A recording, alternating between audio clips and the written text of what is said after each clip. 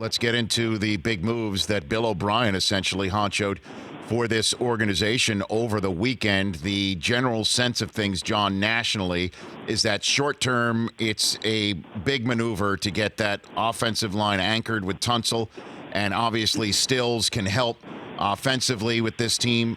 However, to give the price up that they gave without signing Tunsil to a long-term contract and giving away Clowney for cents on the dollar while also spending multiple millions themselves to send him to Seattle, long-term, this is a head-scratcher. I'm wondering what you think, John McClain. Bill O'Brien is in charge. He's the general manager without the title. He's got people under him that he delegates to, but he negotiates the trades. He decides who he wants on the roster. Cal McNair, the owner, signs off on the finances, like throwing in $7 million to Seattle to pay for the Clowney franchise tender. So they want to win now. The offensive players are ecstatic to get Tunsil, to get Kenny Stills, 16-yard average per catch in his career, 21 touchdowns the last 3 years, a genuine deep threat with Will Fuller opposite DeAndre Hopkins. They added Carlos Hyde in the backfield. They lost Lamar Miller. Hyde's averaged 832 yards over the last 3 years. He'll complement Duke Johnson, who Deshaun Watson is really pumped about because he's averaged more than 9 yards a catch in his career with the Browns.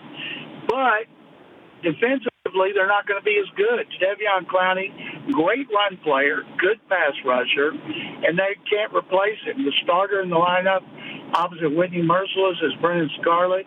In his fourth year, they gave him an extension last week. They added depth at outside linebacker that they did not have in the Seattle trade. And they got the best they could do, Rich, because they backed themselves into a corner. They should have traded Clowney, signed him, and then traded him, because the Seahawks essentially are going to have him for one season playing 4-3 defensive end on the weak side, which is his natural position.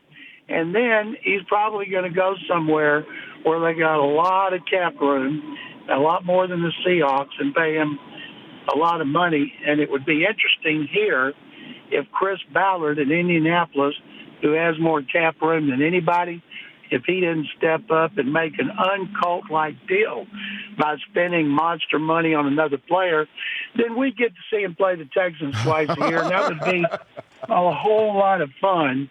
But right now, the defense is not as good, Rich. The offense is better. Players don't care about those drafts. They don't care about the $7 million Cal McNair included in that deal. They want to win now. For more of The Rich Eisen Show, tune to Audience Channel 239 on DirecTV for free on BR Live or download the Rich Eisen Show app.